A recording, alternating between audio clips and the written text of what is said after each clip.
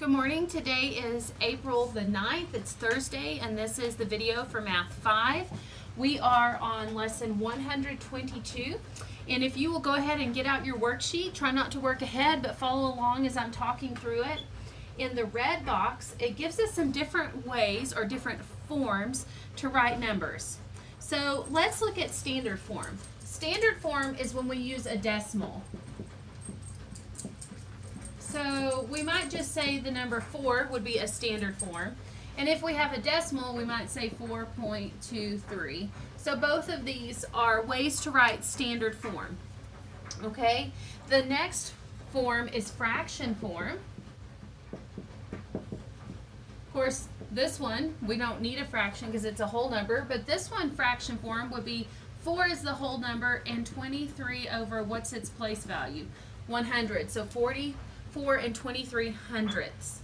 The next one is word form, and that's where we write exactly what we hear, and it's important that we know when to use the word and, isn't it? So this would be 4 and 23 hundredths. So 4 and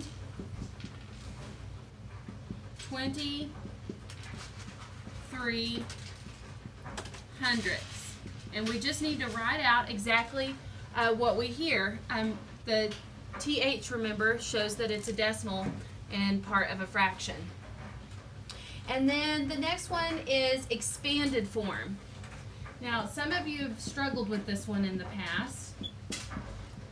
Okay, so we just are saying each number in its place value. Okay, so I want to look at the 4, and the first thing is, what does that 4 mean? It just means 4. And I'm going to add it to what is the place value of this 2. What does that 2 really mean? Well, it means 0 and 2/10. Okay, and now I'm going to look at the 3 and think, well, what does that 3 by itself mean? Well, it means 0 and 3 hundredths. If I were to add all of these up in expanded form, and I were to line my decimals up, then I should get the original number. Okay? All right. The next form is expanded form with multiplication. Okay? So in this case, we're actually going to take the number, and I'm going to do expanded with multiplication. And we're just going to take the number, and then we're going to multiply it by whatever we need to multiply it by to get it into the right place. Okay? So for instance, this is a 4, right? So I'm going to multiply my 4. How do I keep it in the ones place? Just by multiplying it by 1, because 4, anything times 1 is itself. Now I'm going to add that to my next number, 2. What do I need to multiply 2 by to get it to be 0.2 or 2/10? Well, I'm going to multiply it by its place value with a 1 in that place value. Okay? And then I'm going to do my next number, which is 3. I'm going to multiply it by its place value using a 1.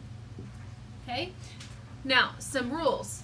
Each section of multiplication has to be closed in by parentheses, and we have to add them together. Okay?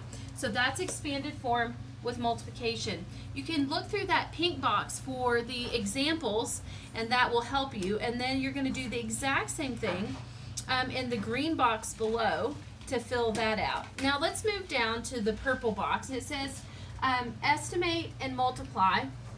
We're just multiplying, so you do not have to estimate on these. Okay, so the little blue boxes, there's no reason to fill those out. Don't scribble all over your page though. So let's look at the problem. So 1 and 5/10 times 7 and 7/10. Okay? So let's go ahead and let's do this multiplication problem. 7 times 5 is 35. 7, 8, 9, 10. Mark out my ones place. 7 times 5 is 35. 7, 8, 9, 10. Add them together. Okay, and then how many decimal places do I have? 1, 2. 1, 2. So my answer is 11 and 55 hundredths. Okay, let's look at the other problem that was 3 tenths times 2 tenths. 2 times 3 is 6. 2 times 0 is 0. Mark out my ones place. 0 and 0. Now, why did I do all those zeros? Why didn't I just put a 6 down and be done? Well, I can, okay? I'm going to show you this way, and then we'll go back to the other way. So 6, 0, and 0. Now I have 1, 2 behind the decimal, 1, 2. So this one's 0 and 6 hundredths. Now what if I could see that everything else was going to be 0? I get to here. I'm going to circle this and leave it.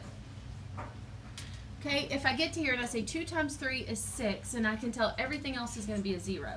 I can stop there, but it's a little tricky because when I count my decimals, I go 1, 2. Well, here I only have one number.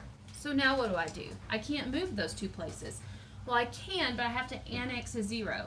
So count 1, 2. So now watch. 1, 2. I put my decimal point in and I fill in any blank spots with a 0. Okay? And I have to remember to start a 0 in my ones place. So 0 and 0 and 6 hundredths. So I can get the same answer, but this way's a little trickier because those zeros aren't there for you to count. Okay? All right. So that should get you through today. You're going to be multiplying. Jackster found a problem with one of my examples yesterday. So good job sending that in, Jackster. I hope you guys found it too.